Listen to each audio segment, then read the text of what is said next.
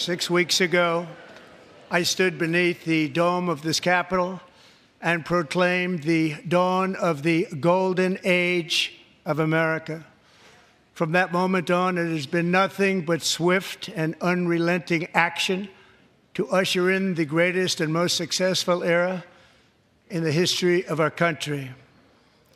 We have accomplished more in 43 days than most administrations accomplished in 4 years or 8 years, and we are just getting started.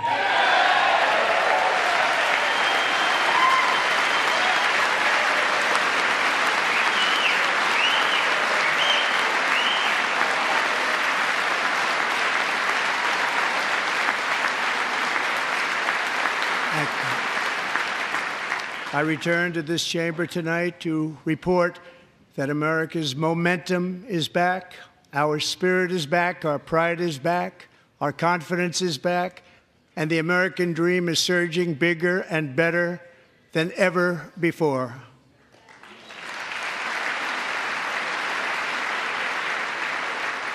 The American dream is unstoppable, and our country is on the verge of a comeback, the likes of which the world has never witnessed and perhaps will never witness again. There's never been anything like it. The presidential election of November 5th was a mandate like has not been seen in many decades. We won all 7 swing states, giving us an electoral college victory of 312 votes.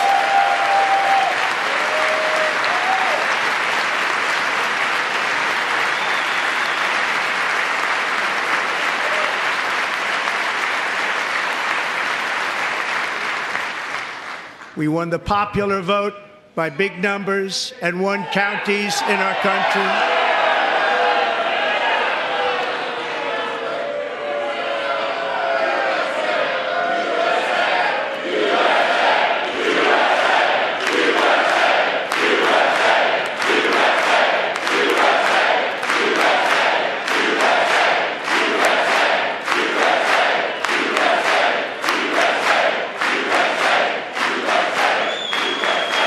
And won counties in our country, 2,700 to 525, on a map that reads almost completely red for Republican.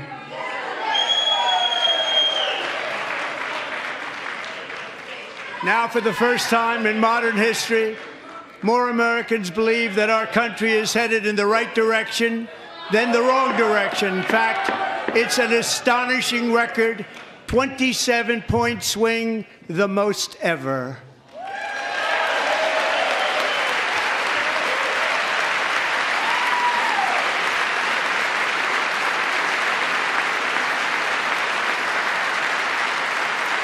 Likewise, small business optimism saw its single largest one-month gain ever recorded, a 41-point jump.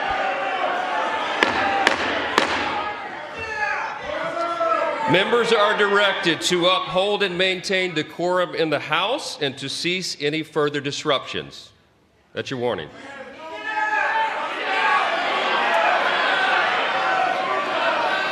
Members are engaging in willful and continuing breach of decorum, and the chair is prepared to direct the Sergeant-at-Arms to restore order to the joint session.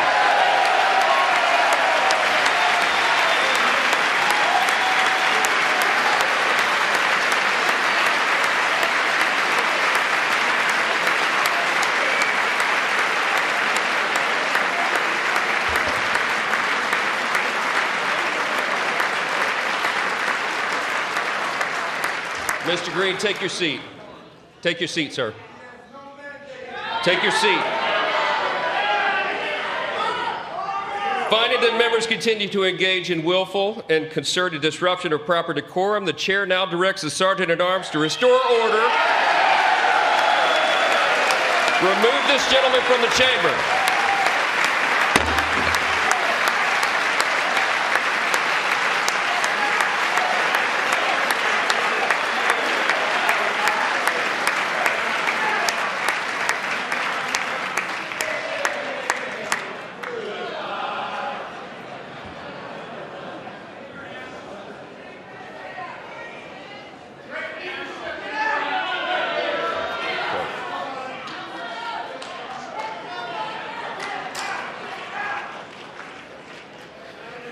Members are directed to uphold and maintain decorum in the House. Mr. President, you continue. Thank you. Over the past 6 weeks, I have signed nearly 100 executive orders and taken more than 400 executive actions, a record, to restore common sense, safety, optimism, and wealth all across our wonderful land. The people elected me to do the job, and I'm doing it.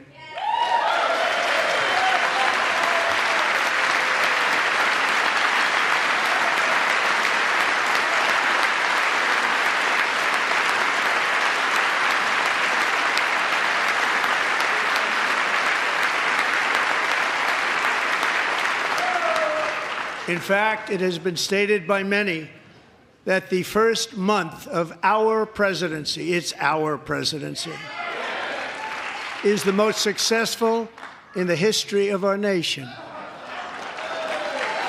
By many.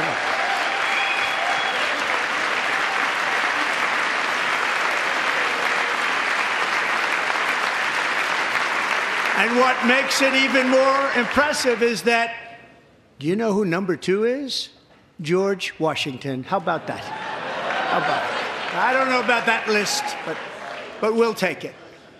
Within hours of taking the oath of office, I declared a national emergency on our southern border, and I deployed the U.S. military and Border Patrol to repel the invasion of our country. And what a job they've done. As a result, illegal border crossings last month were by far the lowest ever recorded, ever.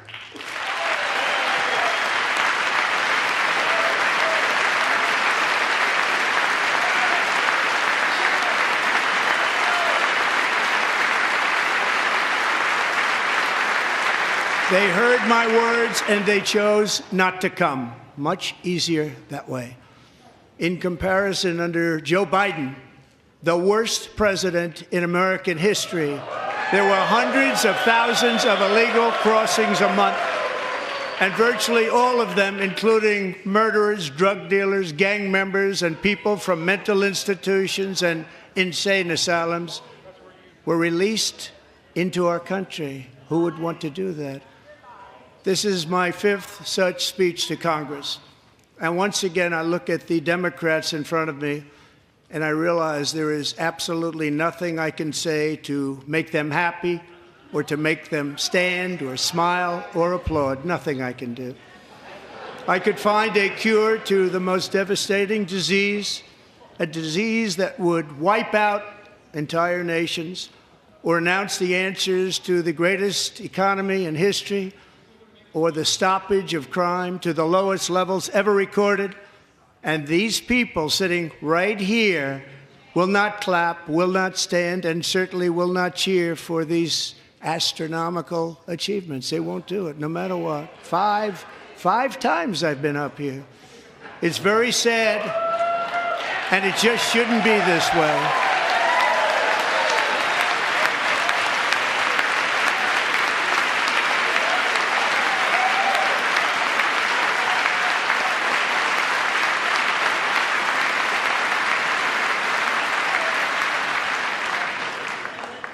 So Democrats sitting before me, for just this one night, why not join us in celebrating so many incredible wins for America? For the good of our nation, let's work together and let's truly make America great again.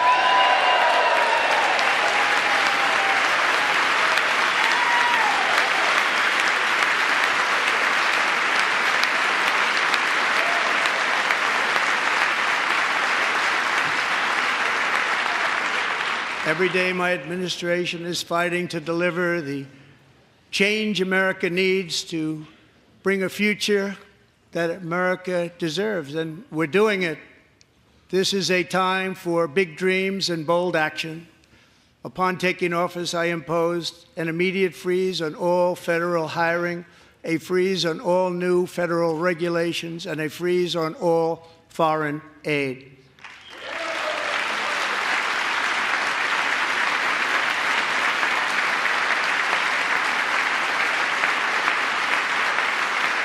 I terminated the ridiculous Green New Scam. I withdrew from the unfair Paris Climate Accord, which was costing us trillions of dollars that other countries were not paying. I withdrew from the corrupt World Health Organization.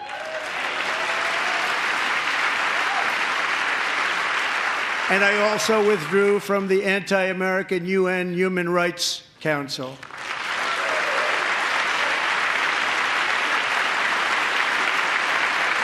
We ended all of Biden's environmental restrictions that were making our country far less safe and totally unaffordable. And importantly, we ended the last administration's insane electric vehicle mandate, saving our auto workers and companies from economic destruction.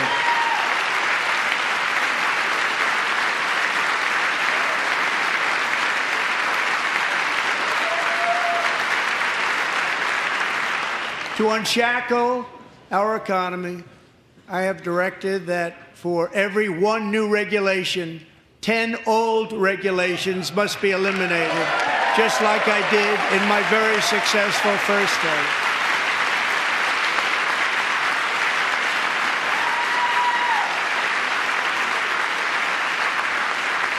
And in that first term, we set records on ending unnecessary rules and regulations like no other president had done before. We ordered all federal workers to return to the office.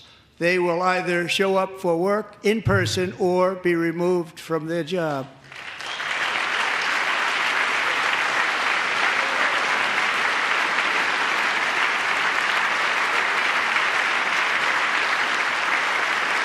And we have ended weaponized government where, as an example, a sitting president is allowed to viciously prosecute his political opponent, like me.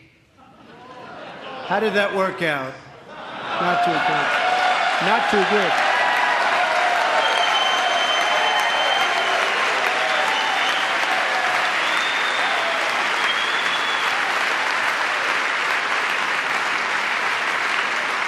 And I have stopped all government censorship and brought back free speech in America. It's back.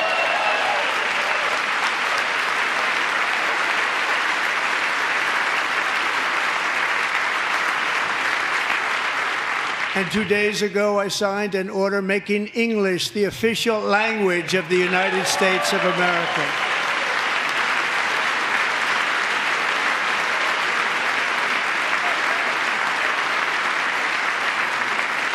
I renamed the Gulf of Mexico the Gulf of America.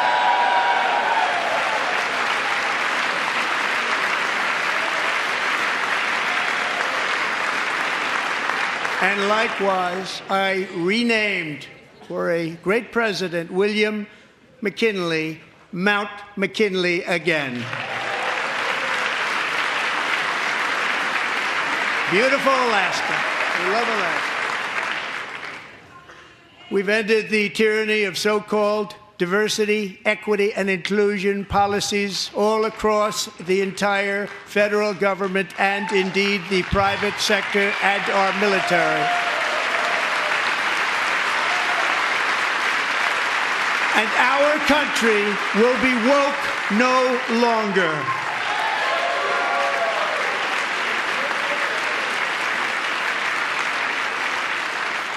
We believe that whether you are a doctor, an accountant, a lawyer, or an air traffic controller, you should be hired and promoted based on skill and competence, not race or gender. Very important.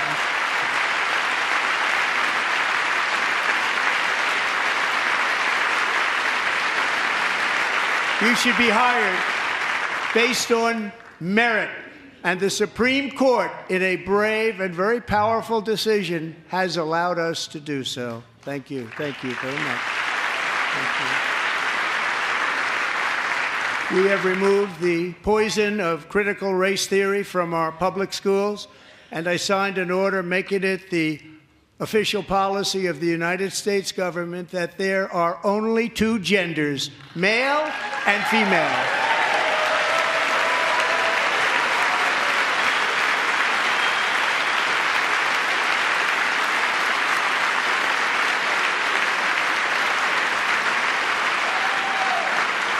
I also signed an executive order to ban men from playing in women's sports.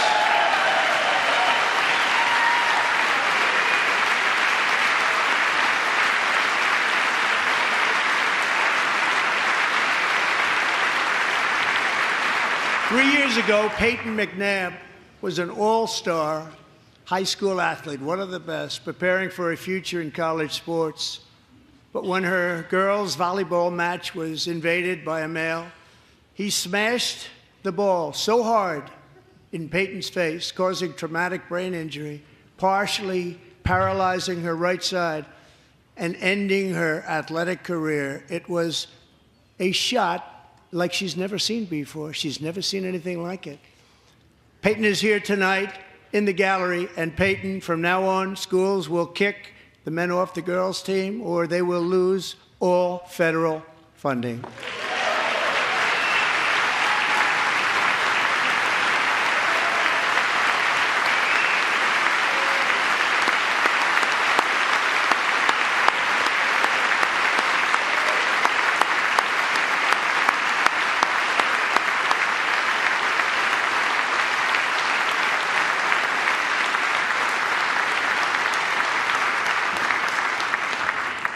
And if you really want to see numbers, just take a look at what happened in the women's boxing, weightlifting, track and field, swimming, or cycling, where a male recently finished a long-distance race 5 hours and 14 minutes ahead of a woman for a new record by 5 hours.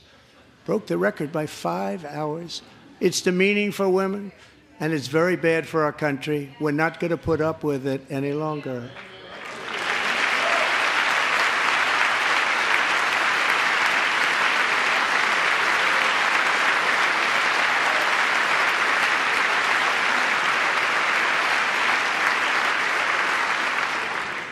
What I have just described is only a small fraction of the common sense revolution that is now, because of us, sweeping the entire world. Common sense has become a common theme, and we will never go back. Never. Never going to let that happen. Among my very highest priorities is to rescue our economy and get dramatic and immediate relief to working families. As you know, we inherited from the last administration an economic catastrophe and an inflation nightmare.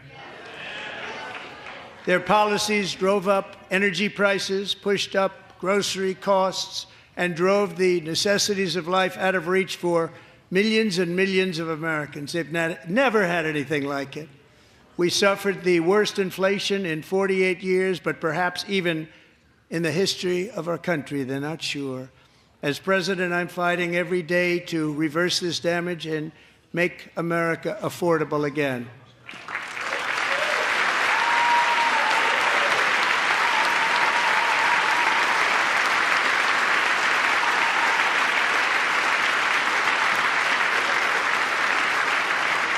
Joe Biden especially let the price of eggs get out of control. The egg price is out of control, and we're working hard to get it back down. Secretary, do a good job on that. You inherited a total mess from the previous administration. Do a good job.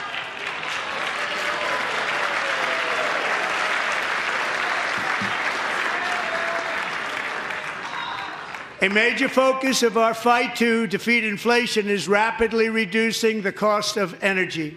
The previous administration cut the number of new oil and gas leases by 95%, slowed pipeline construction to a halt, and closed more than 100 power plants. We are opening up many of those power plants right now.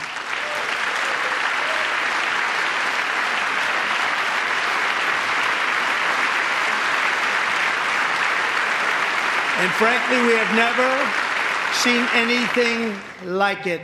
That's why on my first day in office, I declared a national energy emergency. As you've heard me say many times, we have more liquid gold under our feet than any nation on earth, and by far.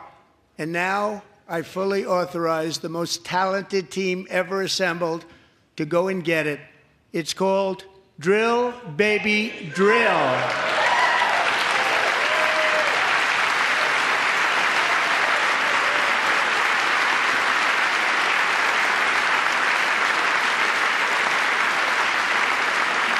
My administration is also working on a gigantic natural gas pipeline in Alaska, among the largest in the world, where Japan, South Korea, and other nations want to be our partner with investments of trillions of dollars each. There's never been anything like that one.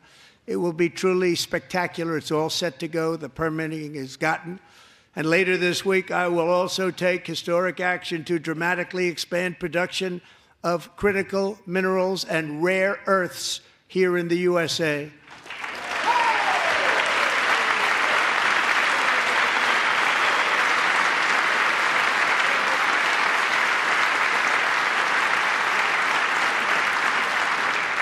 To further combat inflation, we will not only be reducing the cost of energy, but will be ending the flagrant waste of taxpayer dollars.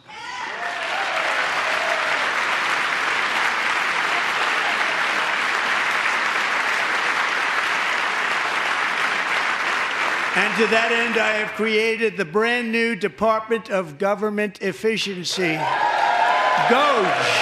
Perhaps you've heard of it. Perhaps.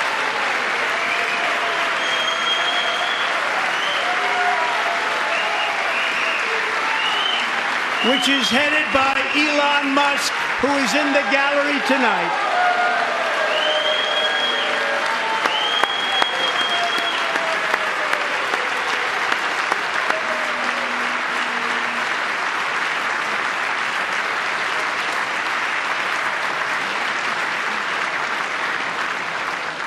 Thank you, Elon. He's working very hard. He didn't need this. He didn't need this. Thank you very much. We appreciate it. Everybody here, even this side, appreciates it, I believe. They just don't want to admit that. Just listen to some of the appalling waste we have already identified.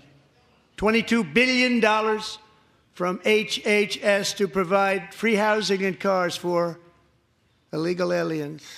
$45 million for diversity, equity, and inclusion scholarships in Burma. $40 million to improve the social and economic inclusion of sedentary migrants. Nobody knows what that is. $8 million to promote LGBTQI+ in the African nation of Lesotho, which nobody has ever heard of. $60 million for indigenous peoples and Afro-Colombian empowerment in Central America. $60 million. $8 million for making mice transgender. This is real. $32 million for a left-wing propaganda operation in Moldova. $10 million for male circumcision in Mozambique. $20 million for the Arab Sesame Street in the Middle East. It's a program. $20 million for a program.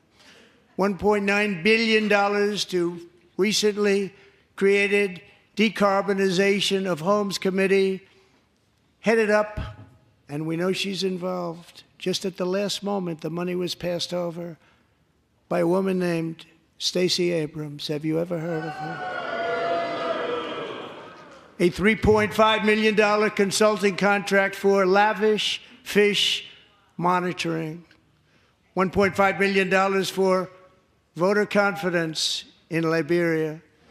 $14 million for social cohesion in Mali. $59 million for illegal alien hotel rooms in New York City. He's a real estate developer. He's done very well. $250,000 to increase vegan local climate action innovation in Zambia. $42 million for social and behavior change in Uganda. $14 million for improving public procurement in Serbia.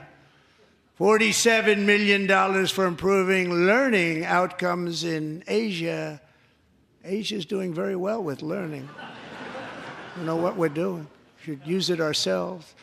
And $101 million for DEI contracts at the Department of Education, the most ever paid, nothing even like it. Under the Trump administration, all of these scams, and they're far worse, but I didn't think it was appropriate to talk about them. They're so bad.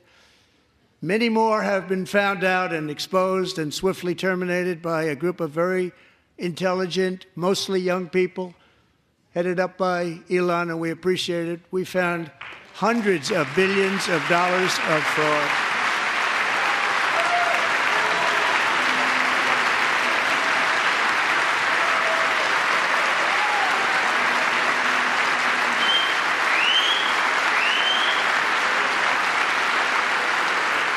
And we've taken back the money and reduced our debt to fight inflation and other things. Taking back a lot of that money. We got it just in time. This is just the beginning. The Government Accountability Office, a federal government office, has estimated annual fraud of over $500 billion in our nation, and we are working very hard to stop it. We're going to. We're also identifying shocking levels of incompetence and probable fraud in the Social Security program for our seniors, and that our seniors and people that we love rely on. Believe it or not, government databases list 4.7 million Social Security members from people aged 100 to 109 years old.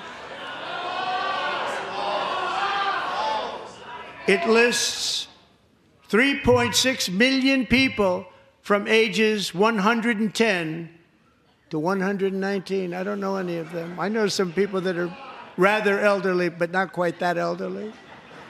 3.47 million people from ages 120 to 129. 3.9 million people from ages 130 to 139. 3.5 million people from ages 140 to 149. And money is being paid to many of them, and we're searching right now. In fact, Pam, good luck. Good luck. You're going to find it.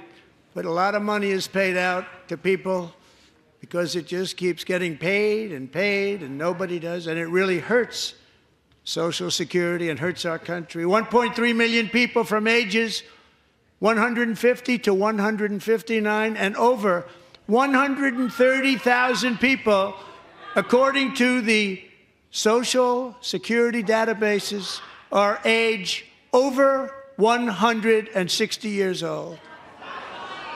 We have a healthier country than I thought, Bobby.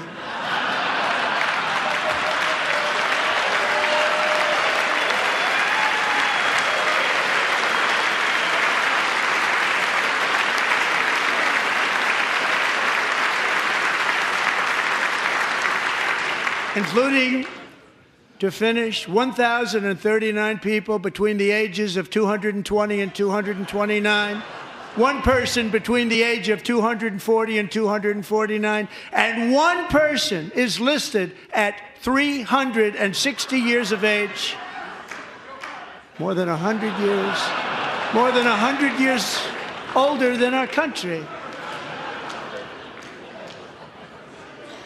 But we're going to find out where that money's going, and it's not going to be pretty. By slashing all of the fraud, waste, and theft we can find, we will defeat inflation, bring down mortgage rates, lower car payments and grocery prices, protect our seniors, and put more money in the pockets of American families.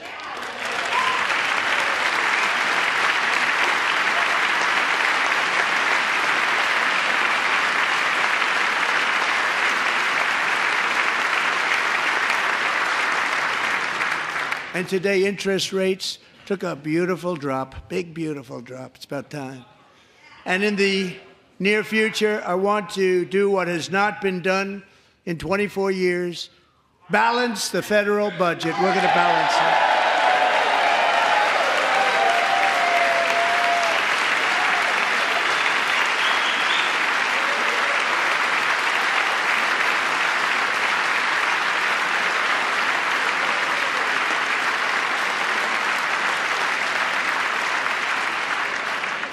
With that goal in mind, we have developed in great detail what we are calling the Gold Card, which goes on sale very, very soon. For $5 million, we will allow the most successful job-creating people from all over the world to buy a path to U.S. citizenship. It's like the green card, but better and more sophisticated. And these people will have to pay tax in our country. They won't have to pay tax from where they came. The money that they've made, you wouldn't want to do that, but they have to pay tax, create jobs. They'll also be taking people out of colleges and paying for them so that we can keep them in our country instead of having them being forced out. Number one, at the top school, as an example, being forced out and not being allowed to stay and create tremendous numbers of jobs and great success for a company out there. So while we take out the criminals, killers, traffickers, and child predators who are allowed to enter our country under the open border policy of these people, the Democrats, the Biden administration, the open border insane policies that you've allowed to destroy our country, we will now bring in brilliant, hardworking, job-creating people. They're going to pay a lot of money, and we're going to reduce our debt with that money.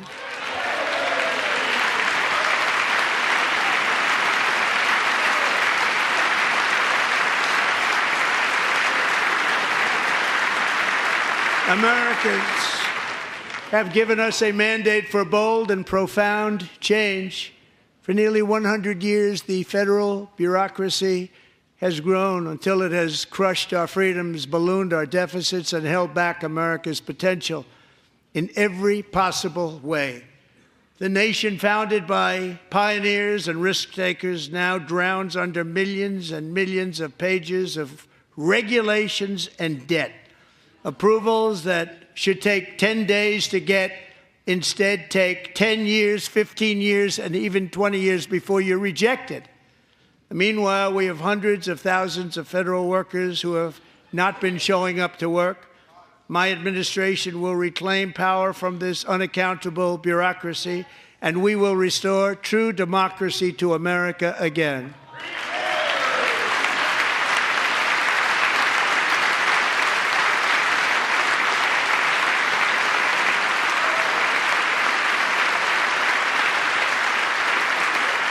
And any federal bureaucrat who resists this change will be removed from office immediately. Because we are draining the swamp. It's very simple. And the days of rule by unelected bureaucrats are over.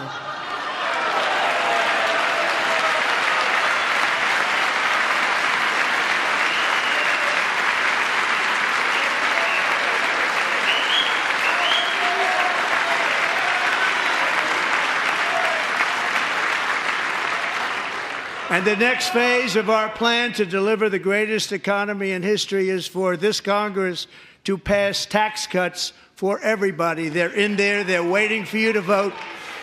And I'm sure that the people on my right, I don't mean the Republican right, but my right here, I'm sure you're going to vote for those tax cuts, because otherwise I don't believe the people will ever vote you into office. So I'm doing you a big favor by telling you that. But I know this group is going to be voting for the tax.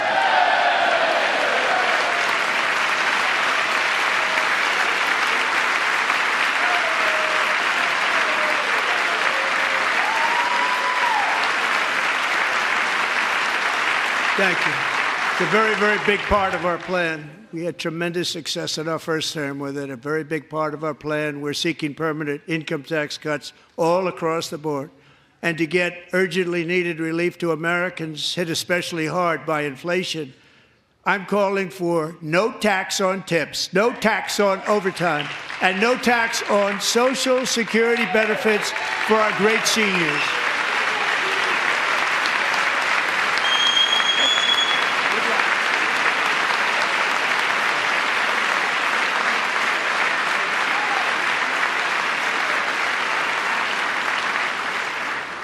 And I also want to make interest payments on car loans tax deductible, but only if the car is made in America.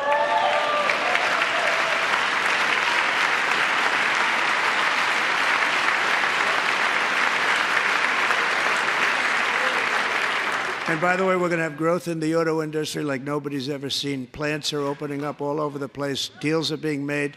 Never seen. That's a combination of the election win and tariffs. It's a beautiful word, isn't it? That, along with our other policies, will allow our auto industry to absolutely boom. It's going to boom. Spoke to the majors today, all three, the top people, and they're so excited. In fact, already numerous car companies have announced that they will be building massive automobile plants in America, with Honda just announcing a new plant in Indiana, one of the largest anywhere in the world.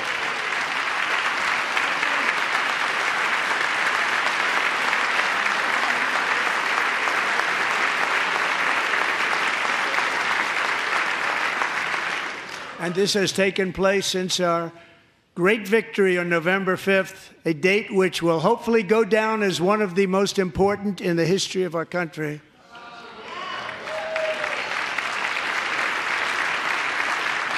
In addition, as part of our tax cuts, we want to cut taxes on domestic production and all manufacturing. And just as we did before, we will provide 100% expensing. It will be retroactive to January 20th, 2025. And it was one of the main reasons why our tax cuts were so successful in our first term, giving us the most successful economy in the history of our country. First term. We had a great first term.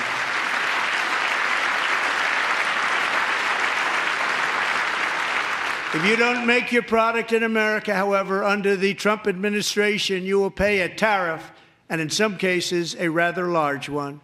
Other countries have used tariffs against us for decades, and now it's our turn to start using them against those other countries. On average, the European Union, China, Brazil, India, Mexico, and Canada, have you heard of them? And countless other nations charge us tremendously higher tariffs than we charge them. It's very unfair. India charges us auto tariffs higher than 100%. China's average tariff on our products is twice what we charge them. And South Korea's average tariff is 4 times higher. Think of that, 4 times higher. And we give so much help militarily and in so many other ways to South Korea. But that's what happens. This is happening by friend and foe. This system is not fair to the United States and never was. And so on April 2nd, I wanted to make it April 1st, but I didn't want to be accused of April Fool's Day. That's not, just one day cost us a lot of money. But we're going to do it in April. I'm a very superstitious person. April 2nd, reciprocal tariffs kick in. And whatever they tariff us, other countries, we will tariff them. That's reciprocal, back and forth. Whatever they tax us, we will tax them. If they do non-monetary tariffs to keep us out of their market, then we will do non-monetary barriers to keep them out of our market. There's a lot of that, too. They don't even allow us in their market. We will take in trillions and trillions of dollars and create jobs like we have never seen before. I did it with China, and I did it with others, and the Biden administration couldn't do anything about it because there was so much money they couldn't do anything about it. We have been ripped off for decades by nearly every country on earth, and we will not let that happen any longer.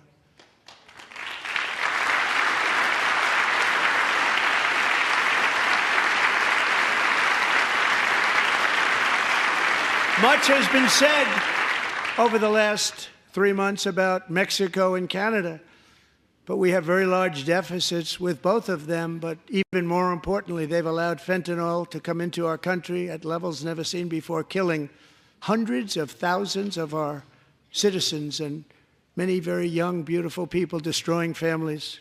Nobody's ever seen anything like it. They are, in effect, receiving subsidies of hundreds of billions of dollars. We pay subsidies to Canada and to Mexico of hundreds of billions of dollars, and the United States will not be doing that any longer. We're not going to do it any longer.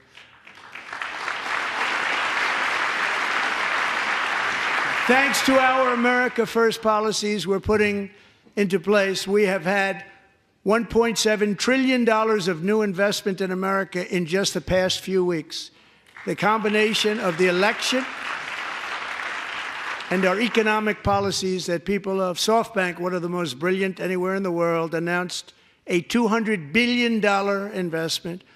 OpenAI and Oracle, Larry Ellison, announced $500 billion investment, which they wouldn't have done if Kamala had won.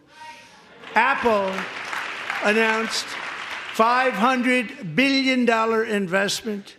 Tim Cook called me. He said, I cannot spend it fast enough. It's going to be much higher than that, I believe. They'll be building their plants here instead of in China. And just yesterday, Taiwan Semiconductor, the biggest in the world, most powerful in the world, has a tremendous amount, 97% of the market, announced a $165 billion investment to build the most powerful chips on earth right here in the USA.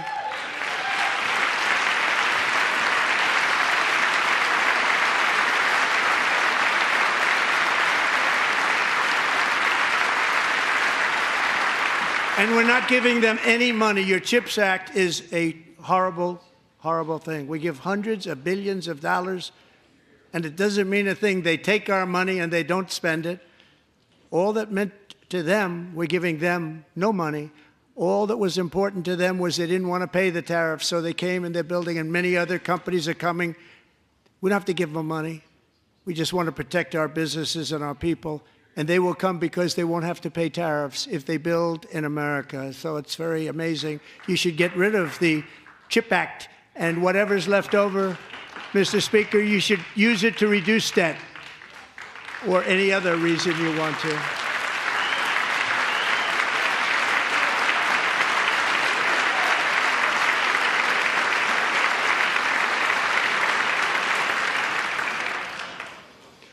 Our new trade policy will also be great for the American farmer. I love the farmer. Who will now be selling into our home market, the USA, because nobody is going to be able to compete with you. Because there's goods that come in from other countries and companies. They're really in a bad position in so many different ways. They're uninspected. They may be very dirty and disgusting, and they come in and they pour in, and they hurt our American farmers. The tariffs will go on agricultural product coming into America, and our farmers, starting on April 2nd, it may be a little bit of an adjustment period. We had that before when I made the deal with China, $50 billion of purchases, and I said, just bear with me, and they did. They did. Probably have to bear with me again, and this will be even better. That was great.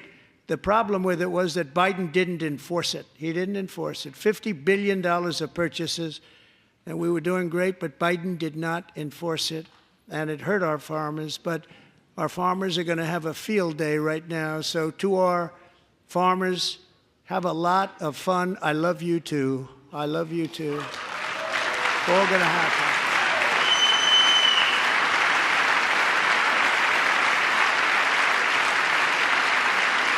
And I have also imposed a 25% tariff on foreign aluminum, copper, lumber, and steel, because if we don't have, as an example, steel and lots of other things, we don't have a military, and frankly, we just won't have a country very long.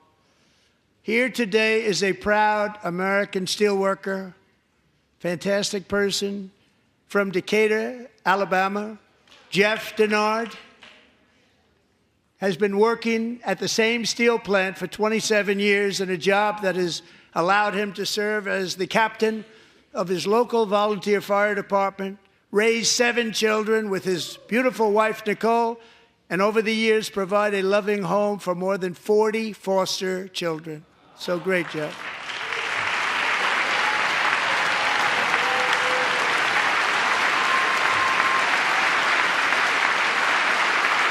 Thank you, Jeff. Thank you, Jeff.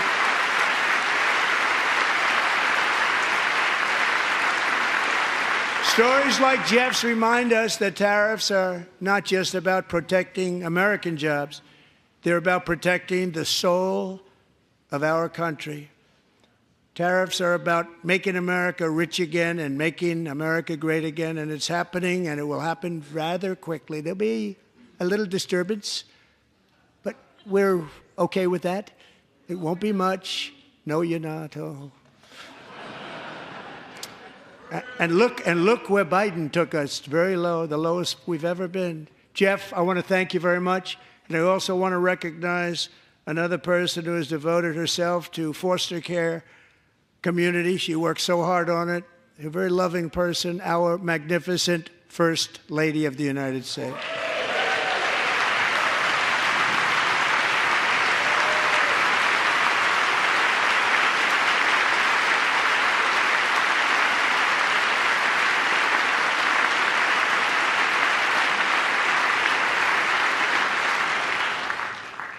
Melania's work has yielded incredible results, helping prepare our nation's future leaders as they enter the workforce. Our First Lady is joined by two impressive young women, very impressive. Haley Ferguson, who benefited from the First Lady's Fostering the Future initiative and is poised to complete her education and become a teacher. And Elliston Berry, who became a victim of an illicit deepfake image produced by a peer. With Elliston's help, the Senate just passed the Take It Down Act, and this is so important. Thank you very much, John. John Thune, thank you. Stand up, John. Thank you, John.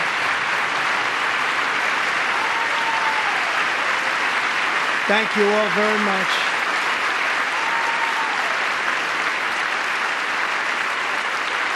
Thank you. And thank you to John Thune and the Senate. Great job. To criminalize the publication of such images online is a terrible, terrible thing. And once it passes the House, I look forward to signing that bill into law. Thank you. And I'm going to use that bill for myself, too, if you don't mind. Because nobody gets treated worse than I do online. Nobody. That's great. Thank you very much to the Senate. Thank you. But if we truly care about protecting Americans' children, no step is more crucial than securing America's borders. Over the past 4 years, 21 million people poured into the United States. Many of them were murderers, human traffickers, gang members, and other criminals from the streets of dangerous cities all throughout the world. Because of Joe Biden's insane and very dangerous open border policies, they are now strongly embedded in our country, but we are getting them out and getting them out fast.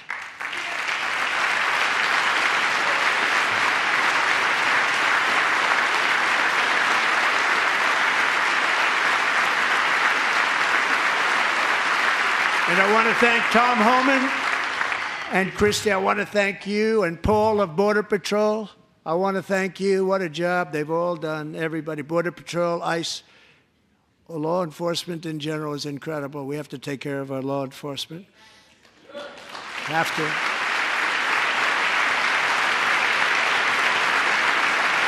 Last year,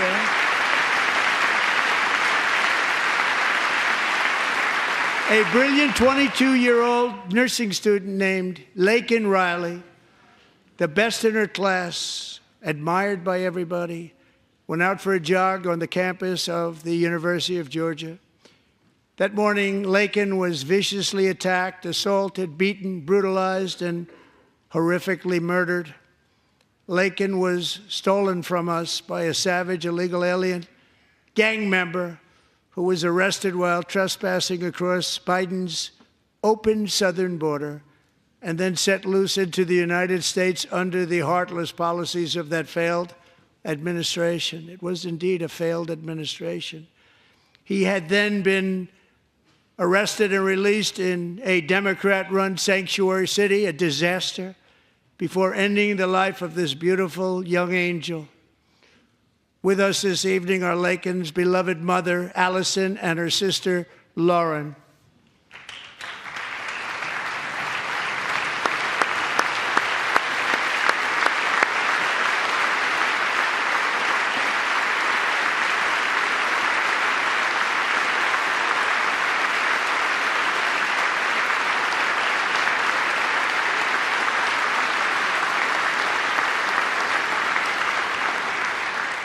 Last year, I told Laken's grieving parents that we would ensure their daughter would not have died in vain.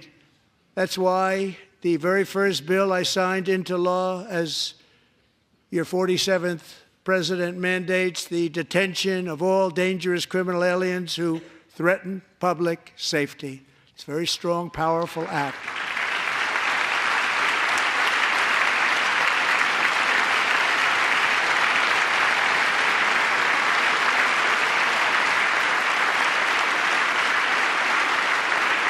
It's called the Laken-Riley Act. So Allison and Lauren, America will never, ever forget our beautiful Laken Hope Riley.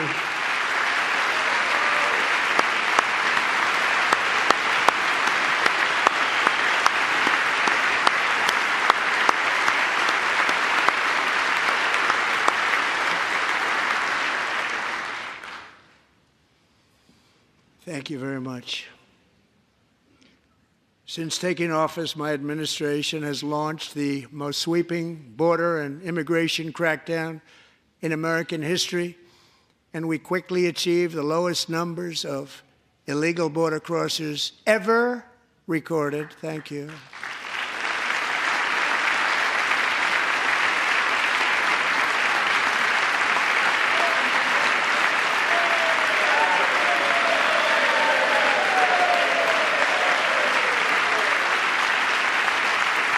The media and our friends in the Democrat Party kept saying we needed new legislation, we must have legislation to secure the border.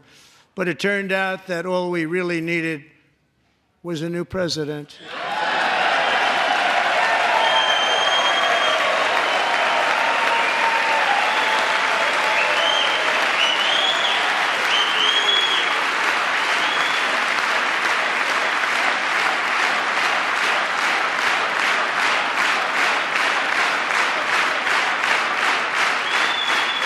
Thank you. Joe Biden didn't just open our borders, he flew illegal aliens over them to overwhelm our schools, hospitals, and communities throughout the country. Entire towns like Aurora, Colorado, and Springfield, Ohio, buckled under the weight of the migrant occupation and corruption like nobody's ever seen before. Beautiful towns destroyed. Now, just as I promised in my inaugural address, we are achieving the great liberation of America.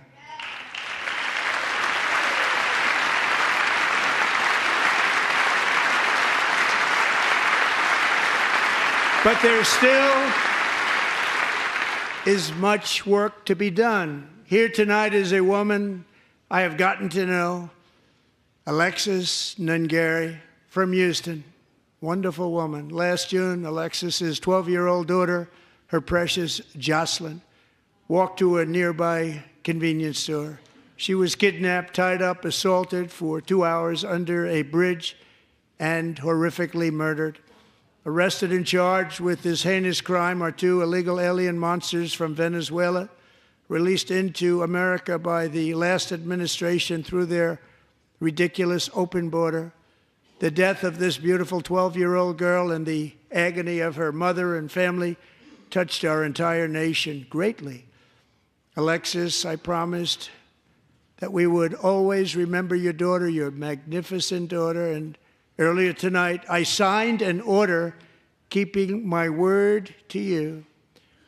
One thing I have learned about Jocelyn is that she loved animals so much. She loved nature.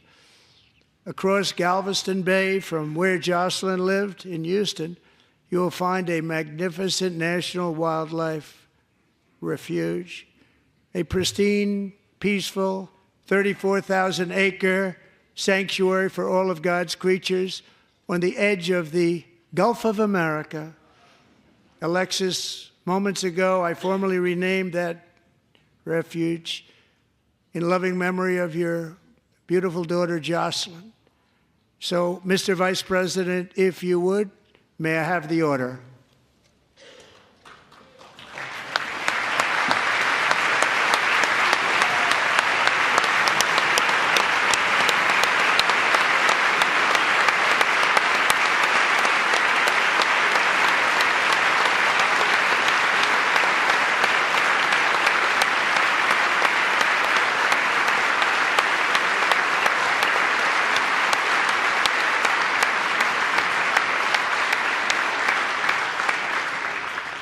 Thank you very much.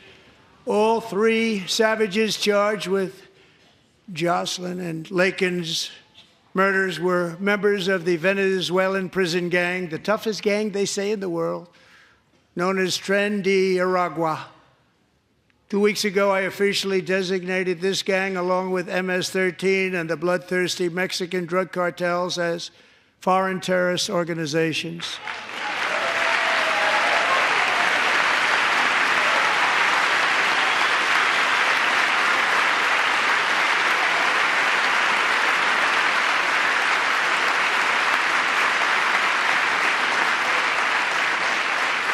They are now officially in the same category as ISIS, and that's not good for them. Countless thousands of these terrorists were welcomed into the U.S. by the Biden administration. But now every last one will be rounded up and forcibly removed from our country, or, if they're too dangerous, put in jails, standing trial in this country, because we don't want them to come back ever. With us this evening is a warrior on the front lines of that battle, Border Patrol Agent Roberto Ortiz. Great guy.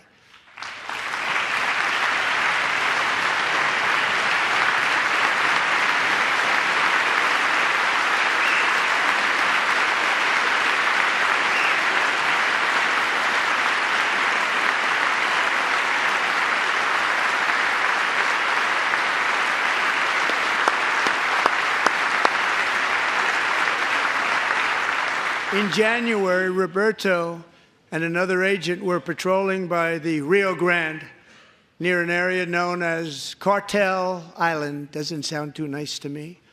When heavily armed gunmen started shooting at them, Roberto saw that his partner was totally exposed, at great danger, and he leapt into action, returning fire and providing crucial seconds for his fellow agent to seek safety, just barely.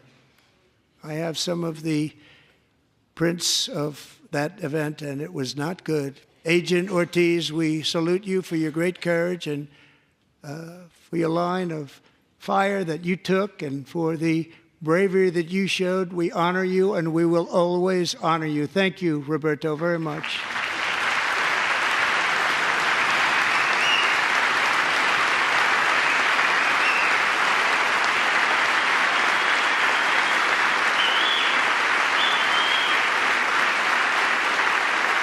Thank you, Roberto. And I actually got to know him on my many calls to the border. He's a great gentleman. The territory to the immediate south of our border is now dominated entirely by criminal cartels that murder, rape, torture, and exercise total control. They have total control over a whole nation, posing a grave threat to our national security. The cartels are waging war on America, and it's time for America to wage war on the cartels, which we are doing.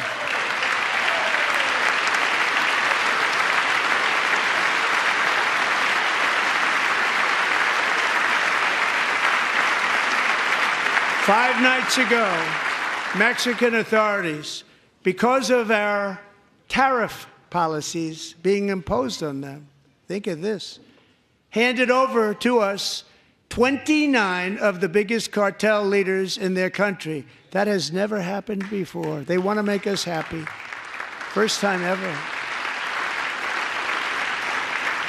But we need Mexico and Canada to do much more than they've done, and they have to stop the fentanyl and drugs pouring into the USA. They're going to stop it.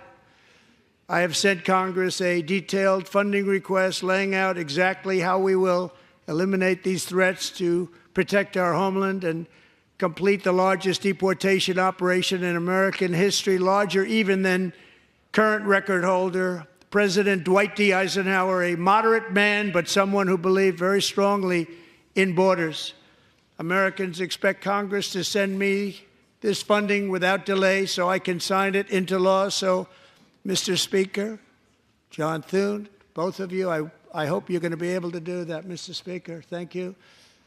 Mr. Leader, thank you. Thank you very much. And let's get it to me. I'll sign it so fast, you won't even believe it.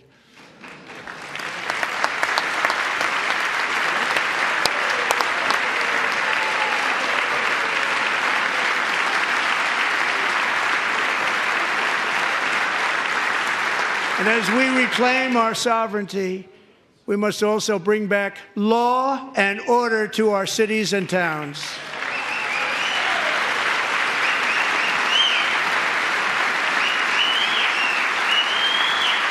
In recent years, our justice system has been turned upside down by radical left lunatics. Many jurisdictions virtually ceased enforcing the law against dangerous repeat offenders while weaponizing law enforcement against political opponents like me. My administration has acted swiftly and decisively to restore fair, equal, and impartial justice under the constitutional rule of law, starting at the FBI and the DOJ. Pam, good luck. Cash, wherever you may be, good luck. Good luck. Pam Bondi, good luck. So important. Going to do a great job. Cash, thank you. Thank you, Cash.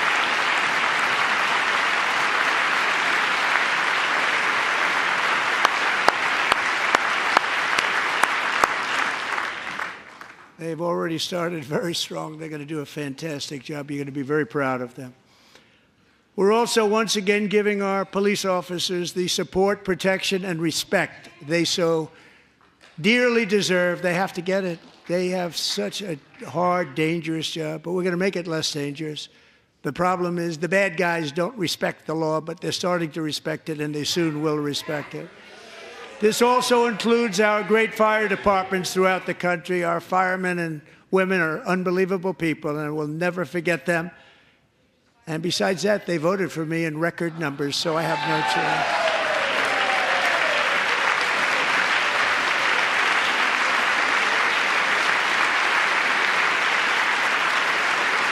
1 year ago this month, 31-year-old New York police officer Jonathan Diller, unbelievably wonderful person and a great officer, was gunned down at a traffic stop on Long Island. I went to his funeral. The vicious criminal charged with his murder had 21 prior arrests, and they were rough arrests, too. He was a real bad one. The thug in the seat next to him had 14 prior arrests and went by the name of Killer. He was Killer. He killed other people, they say, a lot of them. I attended Officer Diller's service, and when I met his wife and one-year-old son, Ryan, it was very inspirational, actually. His widow's name is Stephanie, and she is here tonight. Stephanie, thank you very much, Stephanie. Thank you very much.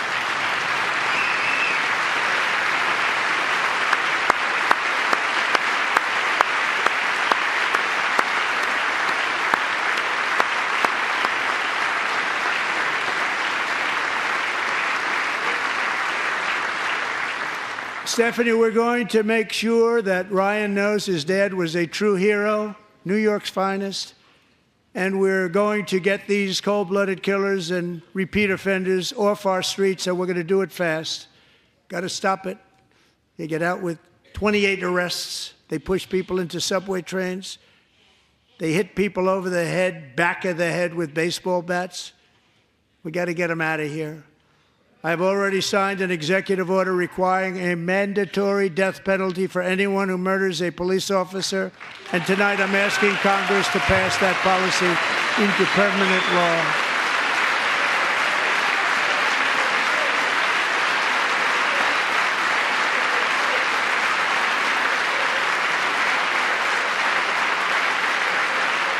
I'm also asking for a new crime bill getting tough on repeat offenders while enhancing protections for America's police officers so they can do their jobs without fear of their lives being totally destroyed.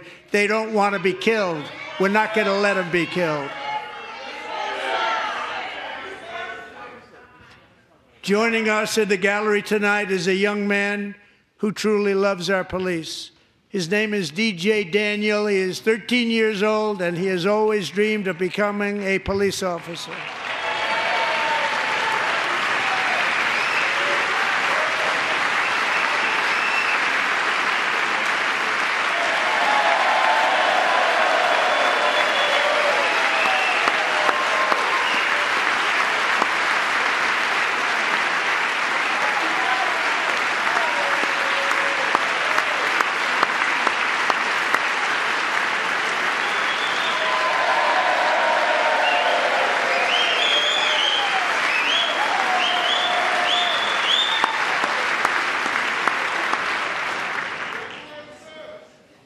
But in 2018, DJ was diagnosed with brain cancer.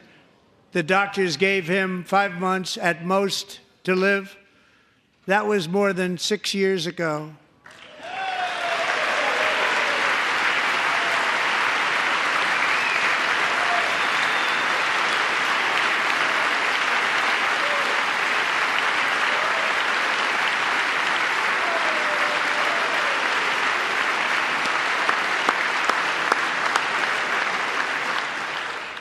Since that time, DJ and his dad have been on a quest to make his dream come true, and DJ has been sworn in as an honorary law enforcement officer, actually a number of times. The police love him, the police departments love him.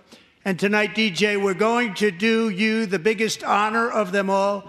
I am asking our new Secret Service Director, Sean Curran, to officially make you an agent of the United States Secret Service.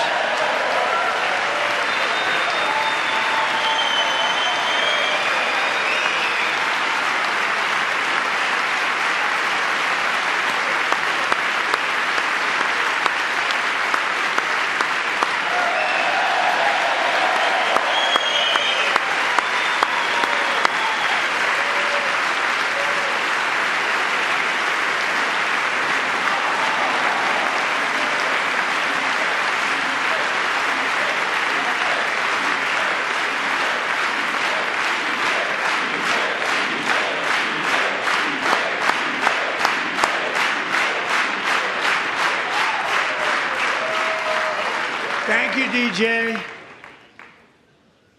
DJ's doctors believe his cancer likely came from a chemical he was exposed to when he was younger. Since 1975, rates of child cancer have increased by more than 40%. Reversing this trend is one of the top priorities for our new Presidential Commission to Make America Healthy Again, chaired by our new Secretary of Health and Human Services, Robert F. Kennedy, Jr.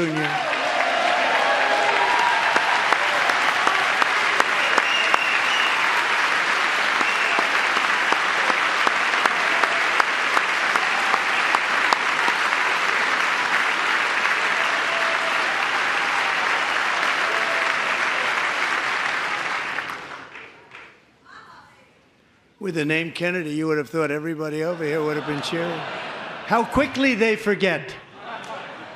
Our goal is to get toxins out of our environment, poisons out of our food supply, and keep our children healthy and strong. As an example, not long ago, and you can't even believe these numbers, 1 in 10,000 children had autism, 1 in 10,000, and now it's 1 in 36. There's something wrong, 1 in 36, think of that. So we're going to find out what it is, and there's nobody better than Bobby and all of the people that are working with you. You have the best to figure out what is going on.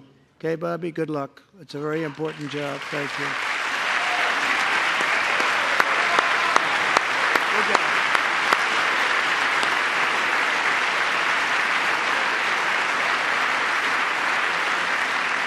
Thank you. My administration is also working to protect our children from toxic ideologies in our schools. A few years ago, January Littlejohn and her husband discovered that their daughter's school had secretly socially transitioned their 13-year-old little girl. Teachers and administrators conspired to deceive January and her husband while encouraging her daughter to use a new name and pronouns. They, them pronoun, actually, all without telling January, who is here tonight and is now a courageous advocate against this form of child abuse. January, thank you. Thank you. Thank you very much.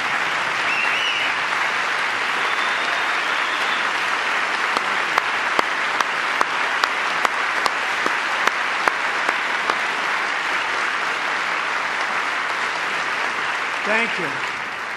Stories like this are why, shortly after taking office, I signed an executive order banning public schools from indoctrinating our children with transgender ideology.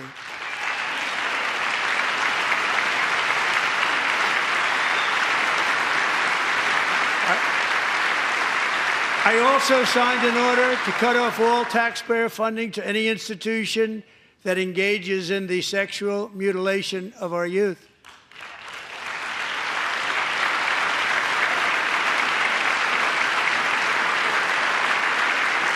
And now I want Congress to pass a bill permanently banning and criminalizing sex changes on children and forever ending the lie that any child is trapped in the wrong body. This is a big lie.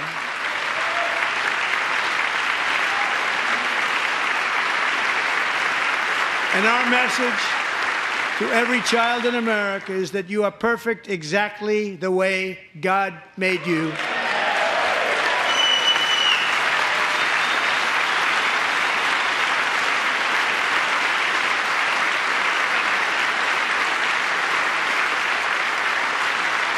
Because we're getting wokeness out of our schools and out of our military, and it's already out, and it's out of our society. We don't want it.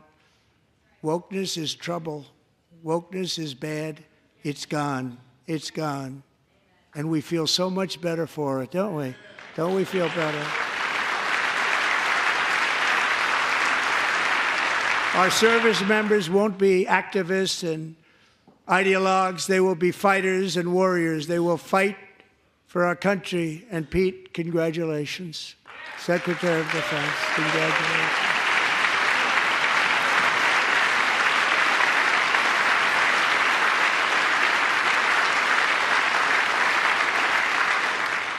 And he's not big into the woke movement, I can tell you. I know him well. I am pleased to report that in January, the U.S. Army had its single best recruiting month in 15 years, and that all armed services are having among the best recruiting results ever in the history of our services. What a difference.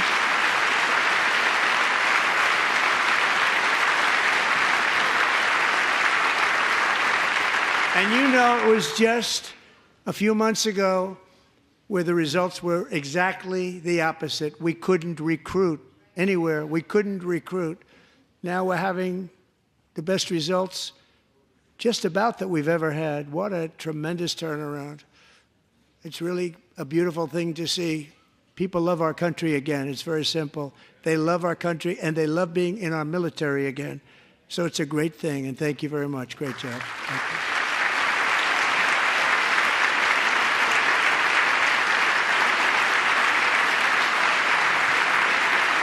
We're joined tonight by a young man, Jason Hartley, who knows the weight of that call of duty. Jason's father, grandfather, and great-grandfather all wore the uniform. Jason tragically lost his dad, who was also a Los Angeles County Sheriff's deputy when he was just a boy, and now he wants to carry on the family legacy of service. Jason is a senior in high school, a six-letter varsity athlete, a really good athlete, they say, a brilliant student with a 4.46, that's good, GPA. And his greatest dream is to attend the U.S. Military Academy at West Point.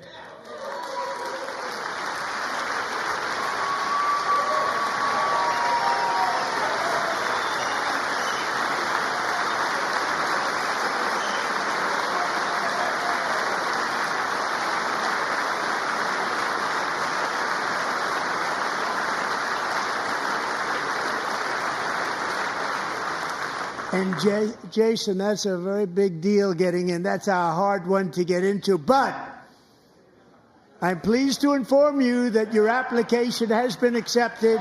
You will soon be joining the Corps of Cadets.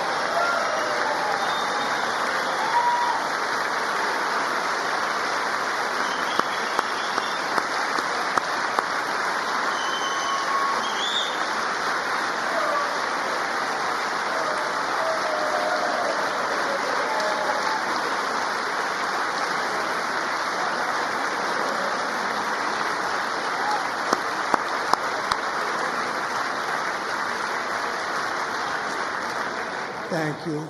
Jason, you're going to be on the long gray line, Jason.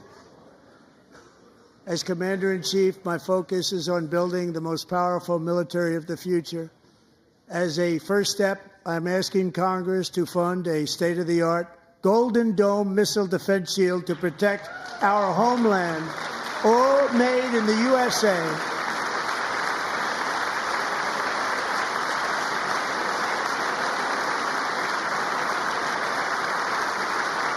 And Ronald Reagan wanted to do it long ago, but the technology just wasn't there, not even close. But now we have the technology. It's incredible, actually. And other places, they have it. Israel has it. Other places have it. And the United States should have it too, right, Tim, right? They should have it too. So I want to thank you. But it's a very, very important. This is a very dangerous world. We should have it. We want to be protected, and we're going to protect our citizens like never before. To boost our defense industrial base, we are also going to resurrect the American shipbuilding industry, including commercial shipbuilding and military shipbuilding.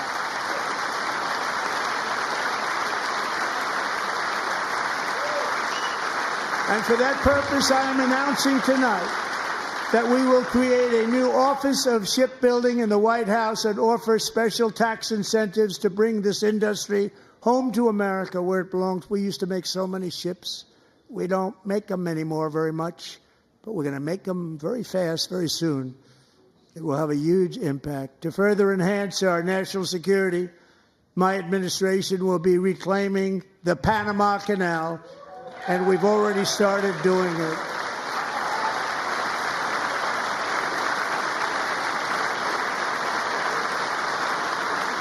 Just today, a large American company announced they are buying both ports around the Panama Canal and lots of other things having to do with the Panama Canal and a couple of other canals. The Panama Canal was built by Americans for Americans, not for others, but others could use it. But it was built at tremendous cost of American blood and treasure. 38,000 workers died building the Panama Canal. They died of malaria. They died of snake bites and mosquitoes. Not a nice place to work. They paid them very highly to go there, knowing there was a 25% chance that they would die. The most expensive project also that was ever built in our country's history, if you bring it up to modern day costs. It was given away by the Carter administration for $1. But that agreement has been violated very severely. We didn't give it to China. We gave it to Panama, and we're taking it back.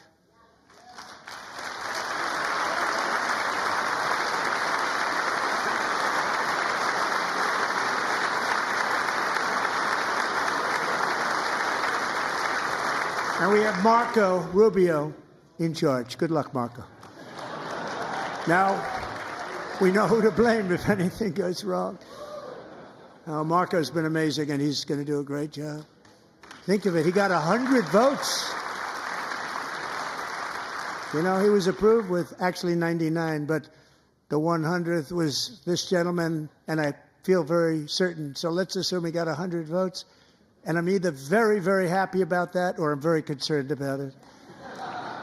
But he's already proven. I mean, he's a great gentleman. He's respected by everybody, and we appreciate you voting for Marco. He's going to do a fantastic job. Thank you. Thank you. He's doing a great job. Great job. And I also have a message tonight for the incredible people of Greenland. We strongly support your right to determine your own future. And if you choose, we welcome you into the United States of America. We need Greenland for national security and even international security, and we're working with everybody involved to try and get it. But we need it really for international world security, and I think we're going to get it. One way or the other, we're going to get it. We will keep you safe. We will make you rich, and together we will take Greenland to heights like you have never thought possible before. It's a very small population, but very, very large piece of land and very, very important for military security. America is once again standing strong against the forces of radical Islamic terrorism.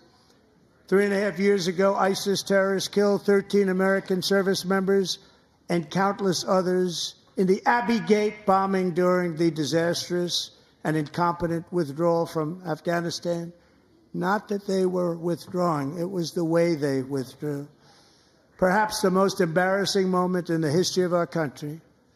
Tonight, I am pleased to announce that we have just apprehended the top terrorist responsible for that atrocity, and he is right now on his way here to face the swift sword of American justice.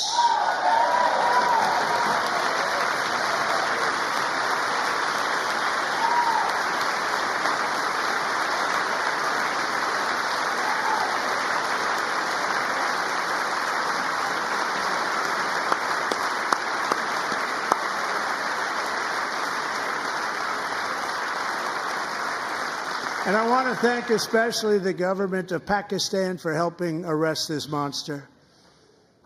This was a very momentous day for those 13 families who I actually got to know very well, most of them, whose children were murdered, and the many people that were so badly, over 42 people, so badly injured on that fateful day in Afghanistan. What a horrible day. Such incompetence was shown that when Putin saw what happened, I guess he said, wow, maybe this is my chance. That's how bad it was. Should have never happened. Grossly incompetent people. I spoke to many of the parents and loved ones, and they're all in our hearts tonight. I spoke to them on the phone. We had a big call. Every one of them called, and everybody was on the line, and they did nothing but cry with happiness. They were very happy, as happy as you can be under those circumstances. Their child, brother, sister, son, daughter was killed for no reason whatsoever. In the Middle East, we're bringing back our hostages from Gaza. In my first term, we achieved one of the most groundbreaking peace agreements in generations, the Abraham Accords.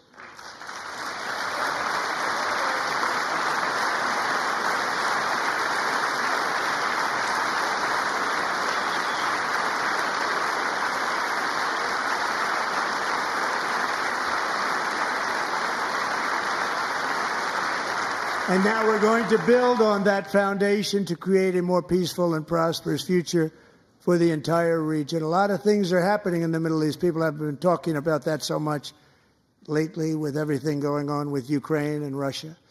But a lot of things are happening in the Middle East. It's a rough neighborhood, actually. I'm also working tirelessly to end the savage conflict in Ukraine. Millions of Ukrainians and Russians have been needlessly killed or wounded in this horrific and brutal conflict with no end in sight. The United States has sent hundreds of billions of dollars to support Ukraine's defense, with no security, with no anything.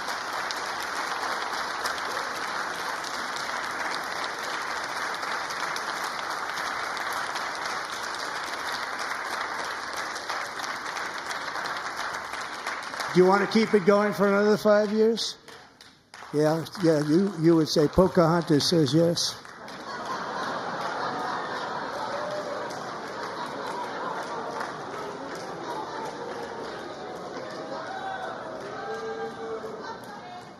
$2,000 people are being killed every single week.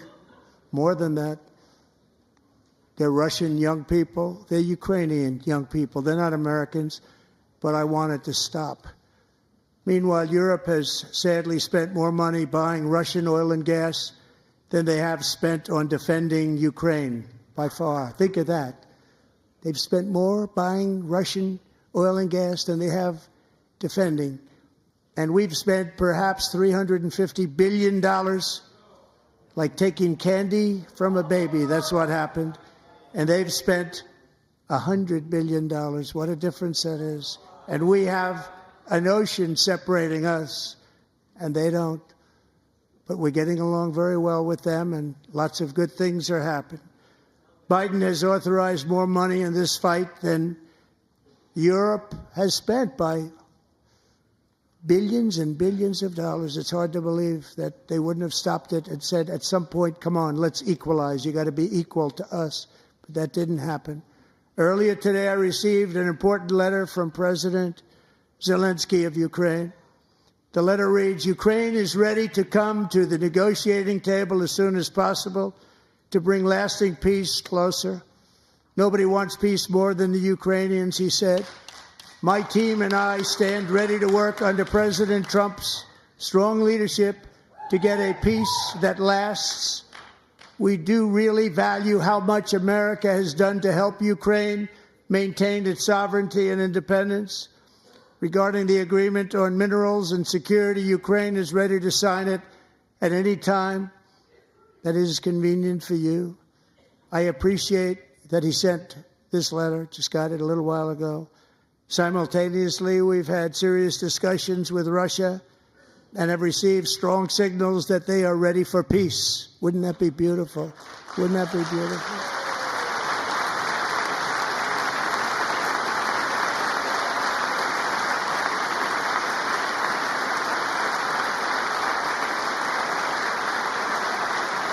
Wouldn't that be beautiful?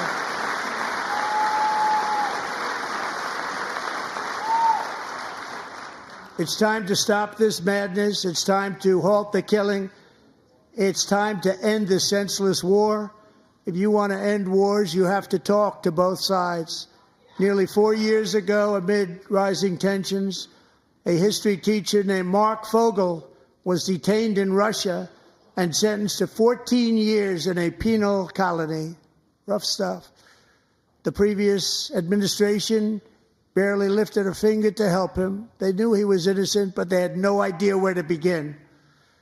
But last summer, I promised his 95-year-old mother, Malphine, that we would bring her boy safely back home. After 22 days in office, I did just that, and they are here tonight.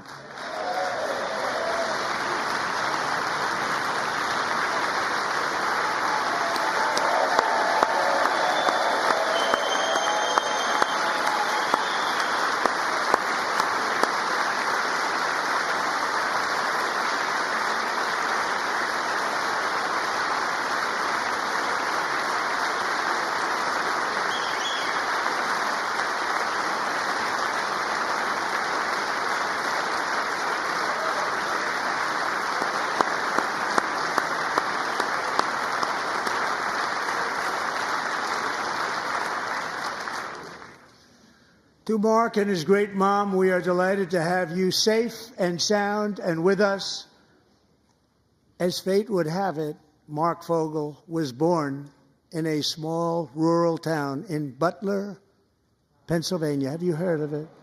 Where his mother has lived for the past 78 years.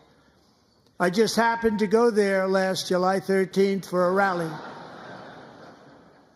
That was not pleasant. And that is where I met his beautiful mom right before I walked onto that stage. And I told her I would not forget what she said about her son. And I never did I? Never forgot. Less than 10 minutes later, at that same rally, gunfire rang out, and a sick and deranged assassin unloaded 8 bullets from his sniper's perch into a crowd of many thousands of people. My life was saved by a fraction of an inch, but some were not so lucky. Corey Comparator was a firefighter, a veteran, a Christian, a husband, a devoted father, and above all, a protector. When the sound of gunshots pierced the air, it was a horrible sound. Corey knew instantly what it was and what to do. He threw himself on top of his wife and daughters and shielded them from the bullets with his own body. Corey was hit really hard. You know the story from there. He sacrificed his life to save theirs. 2 others, very fine people, were also seriously hit. But thankfully, with the help of 2 great country doctors, we thought they were gone and they were saved. So those doctors had great talent. We're joined by Corey's wife, Helen, who was his high school sweetheart, and their two beloved daughters, Allison and Kaylee. Thank you.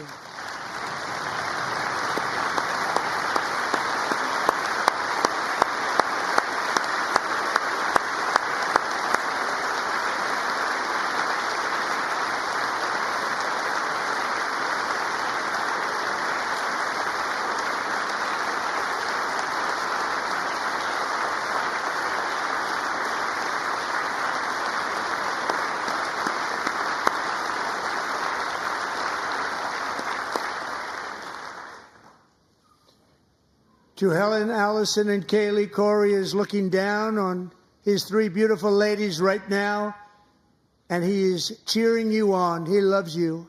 He is cheering you on. Corey was taken from us much too soon, but his destiny was to leave us all with a shining example of the selfless devotion of a true American patriot. It was love like Corey's that built our country, and it's love like Corey's that is going to make our country more majestic than ever before. I believe that my life was saved that day in Butler for a very good reason. I was saved by God to make America great again. I believe that. Thank you. Thank you.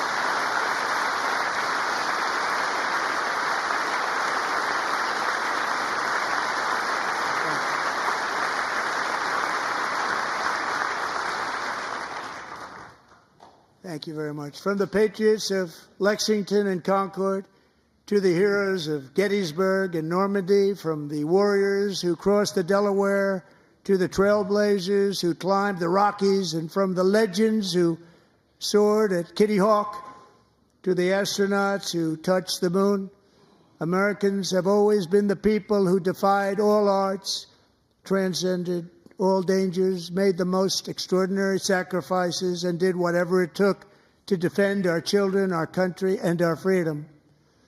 And as we have seen in this chamber tonight, that same strength, faith, love, and spirit is still alive and thriving in the hearts of the American people.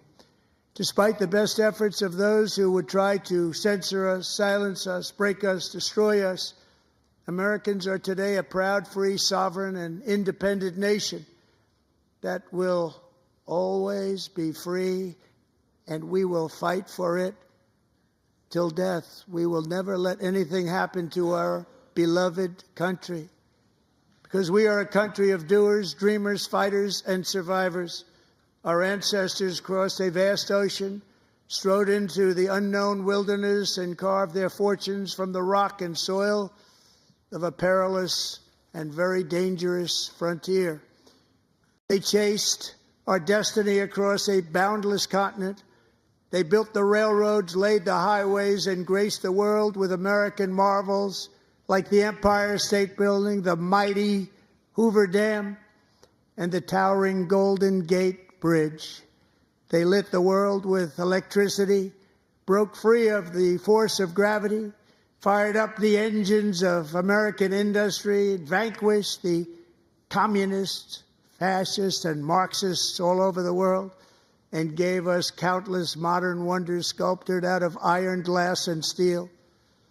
We stand on the shoulders of these pioneers who won and built the modern age, these workers who poured their sweat into the skylines of our cities, these warriors who shed their blood on fields of battle and gave everything they had for our rights and for our freedom. Now it is our time to take up the righteous cause of American liberty. And it is our turn to take America's destiny into our own hands and begin the most thrilling days in the history of our country. This will be our greatest era. With God's help, over the next 4 years, we are going to lead this nation even higher, and we are going to forge the freest, most advanced, most dynamic, and most dominant civilization ever to exist on the face of this earth. We are going to create the highest quality of life, build the safest and wealthiest and healthiest and most vital communities anywhere in the world. We are going to conquer the vast frontiers of science, and we're going to lead humanity into space and plant the American flag on the planet Mars and even far beyond.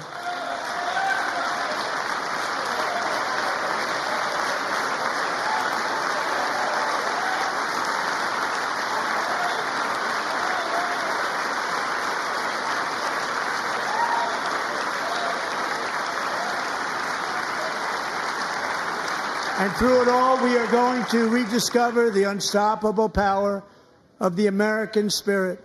And we are going to renew unlimited promise of the American dream.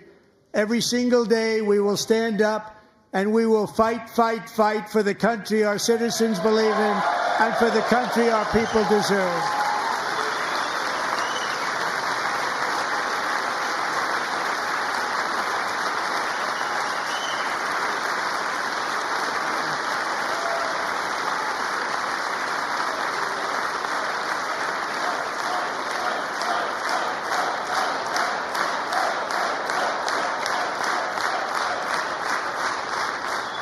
My fellow Americans, get ready for an incredible future, because the golden age of America has only just begun.